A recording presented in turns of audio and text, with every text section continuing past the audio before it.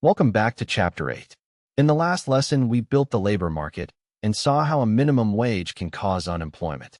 In this lesson, we sharpen that idea and then put it to work on the kind of problems you'll meet in an exam.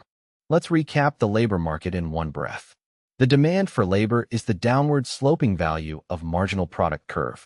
The short-run supply of labor is vertical. Where they cross sits the equilibrium wage, which we call W star. And recall the headline result. A minimum wage set above W star creates a surplus of workers, which is unemployment. But here's the subtle question we need to answer. Does every minimum wage actually have an effect? The answer depends on where the floor sits. A price floor, like a minimum wage, only matters if it sits above the current market wage. If it sits below the market wage, it does absolutely nothing. Take the first case. Suppose the government sets a minimum wage below the equilibrium wage W star. The market is already paying its workers more than this legal minimum requires. On the graph, the minimum wage line sits below the equilibrium point. The market wage W star is untouched. Employment is untouched. Nothing changes at all. Why does nothing happen? Because firms are already paying W star, which is higher than the legal floor. A floor underneath the market wage simply never binds. Economists call it a non-binding minimum wage. Now the second case. The government sets the minimum wage above the equilibrium wage W star. This is the case that bites, the binding minimum wage. On the graph, the floor sits above W star. At that higher wage, firms slide up their demand curve and want fewer workers, the quantity QD. But the supply of workers is still fixed at QS. The gap between them is unemployment. How big is that gap? The further the floor sits above W star, the larger the surplus of labor. A floor just barely above equilibrium causes only a little unemployment. A floor set high above it causes a great deal. And who gets hurt? The workers priced out are the least productive ones, the workers whose value of marginal product falls below the new floor. In practice, that often means the young and the least experienced. So hold both cases in one picture. A minimum wage below W star is non-binding and changes nothing. A minimum wage above W star is binding and causes unemployment. That single comparison answers most minimum wage questions. Now let's turn to worked problems, because the same logic powers the exam questions. We'll solve two classics, both using Michael's orange grove. Here's the grove once more. The marginal products are 1,200, 800, 600, 400, then 200. At a price of 10 shekels, the values of marginal product are 12,000, 8,000, 6,000, 4,000, and 2,000. Problem A. The grower wants to employ exactly 4 workers. The wage is 4,600 shekels. The question, what must the price of oranges be for that to be the profit-maximizing choice? The trick is to look at the marginal worker. If exactly 4 workers are hired, the last one is the fourth. And from the table, the fourth worker's marginal product is 400 kilos. Now apply the hiring condition to that last worker. His value of marginal product must be at least the wage. That is, 400 times the price must be greater than or equal to 4,600. Solve for the price. Divide both sides by 400, and the price must be at least 4,600 over 400, which is 11.5 shekels. Let's interpret that. At a price of 11.5 shekels, the fourth worker is worth exactly his wage, so the firm is just willing to hire him. At any price below that, the fourth worker isn't worth what he costs. Let's double-check the fifth worker. At a price of 11.5 shekels, his marginal product of 200 is worth 200 times 11.5, which is 2,300 shekels. That's well below the 4,600 wage, so he is not hired. Exactly 4 workers. The answer checks out. Now problem B. This time we're given the numbers directly. The price of oranges is 16 shekels, and the wage is 3,800.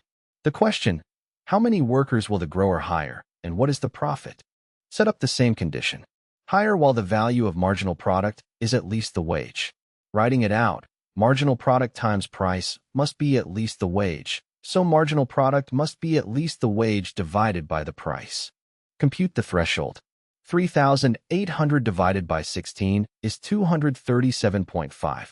So each worker we hire must have a marginal product of at least 237.5 kilos.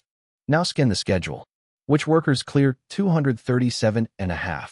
1200, 800, 600, and 400 all clear it comfortably. But the fifth worker, at 200, falls short. So the answer is 4 workers. Workers 1 through 4 each have a marginal product above the threshold, while the fifth does not. The grower hires 4. Now let's find the profit. With 4 workers, the grower's total product is 3,000 kilos. At 16 shekels each, that's revenue of 3,000 times 16, which is 48,000 shekels. Next, the cost of labor.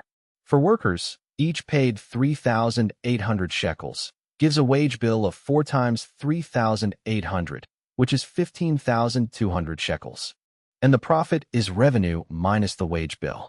48,000 minus 15,200 leaves 32,800 shekels. That's the grower's maximum profit at these prices and wages. Step back and notice the structure. Every labor problem juggles 3 numbers: the price of the product, the wage, and the marginal product of the last worker. Given any 2 of them, the condition value of marginal product equals marginal product times price lets you find the third. That structure also tells you how things respond. A higher product price raises the value of marginal product at every worker, so more workers clear the wage and employment rises. And a higher wage raises the bar that each worker must clear. Now fewer workers make it over that bar, so employment falls. Price and wage push hiring in opposite directions.